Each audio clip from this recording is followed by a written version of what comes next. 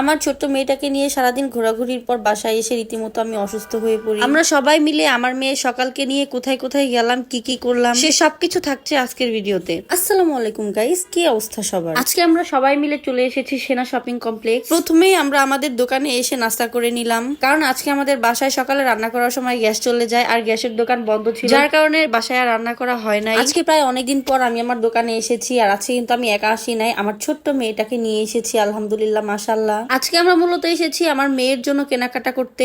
ঠান্ডা তো অলরেডি পড়েই গেছে, তাই আমার মেয়ের জন্য আমরা আজকে শীতের কিছু জামা কাপড় কিনতে এসেছি। যদিও আমাদের আসার কোনো প্রয়োজন ছিল না, বাপ্পি আমাকে বলেছিল যে তোমাদের আসার কোনো প্রয়োজন নেই, আমিই নিয়ে আসবো। এতদিন বাবুর জন্য যা কিছু প্রয়োজন ছিল সবকিছু কিন্তু বাপ্পি নিজেই কিনে নিয়ে গেছে।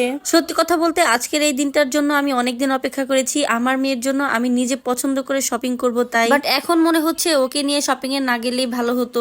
তো এই তো আমরা চলে এসেছি গোল্ডের দোকানে। ভেবেছি সকালের জন্য সিম্পল এক জোড়া ব্যাঙ্গলস নিব। আমার মেয়ের মামুনি কিন্তু তাকে এক জোড়া ব্যাঙ্গলস গিফট করেছে অলরেডি, বাট সেটা একটু ভারী, এখন হাতে পরানো যায় না। সেখানে কাজ শেষ করে আমরা সরাসরি চলে যাই কিডস জোনে। আগে যেখানেই যেতাম শুধু বাচ্চাদের জামা কাপড় গুলো দেখতাম আর মনে মনে ভাবতাম কবে আমি নিজে এত সুন্দর সুন্দর কাপড়গুলো কিনতে পারবো। বেবিদের ড্রেস গুলো কিন্তু যেমনই কিউট দেখতে ঠিক তেমনই তার প্রাইস। আজকে অনেকগুলো কাজ ছিল, অনেক কিছু করার প্ল্যান ছিল, বাট আমার মেয়ের শপিং ছাড়া কোনো কাজই কমপ্লিট হয় নাই। এখানকার চটপটি ফুচকা আমার অনেক বেশি পছন্দ, আমি অনেক দিন যাবত খেতে পারি না। আজকে ভেবেছিলাম মন ভরে আমি আমার পছন্দের চটপটি ফুচকা খেয়ে যাব। চটপটি ফুচকা তো দূরে থাক, আমরা দুপুরে লাঞ্চটা পর্যন্ত করতে পারি না। বাবুর কেনাকাটা করতে এদিক থেকে ওই দিক দৌড়াদৌড়ি করেই সময় শেষ হয়ে গেছে। আশেপাশে ওর জন্য যা দেখি তাই ভালো লেগে যায়, এত কিউট কিউট ড্রেস, মনে হয় যেন সবগুলো নিয়ে নেই। ইস, আমার যদি অনেক টাকা থাকতো। এদিকে স্বপ্নের সাইনবোর্ড দেখে আমার মনে পড়ে গেল যে 160 টাকার সেই গরুর মাংসের কম্বো অফারটা এখনো আছে কিনা।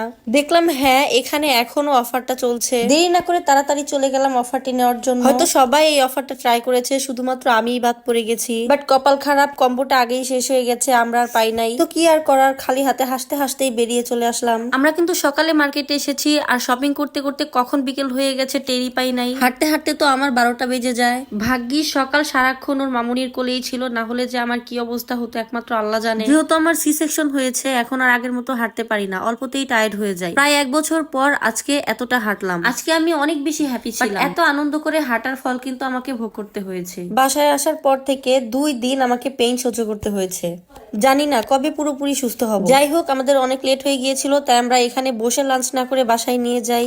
আমাদেরকে বাসায় পাঠিয়ে দিয়ে আপনাদের ভাইয়া বিজনেসের কাজে সাথে সাথে ঢাকার দিকে রওনা দেয়। গাইস, মজার একটা বিষয় কি জানেন, এখন আমাকে সব সময় অটোর সামনের সিটে বসতে হয়। এই তো আমরা বাসার সামনে চলে এসেছি। সো গাইস, আজকের ভিডিওটি এ পর্যন্তই। আশা করি সবার কাছে ভিডিওটি ভালো লাগবে। পরবর্তী নতুন কোন একটা ব্লগে আবারও আপনাদের সাথে দেখা হবে। সে পর্যন্ত সবাই ভালো থাকুন, সুস্থ থাকুন। Thanks for watching this video guys. Tata, bye bye, আল্লাহ হাফেজ।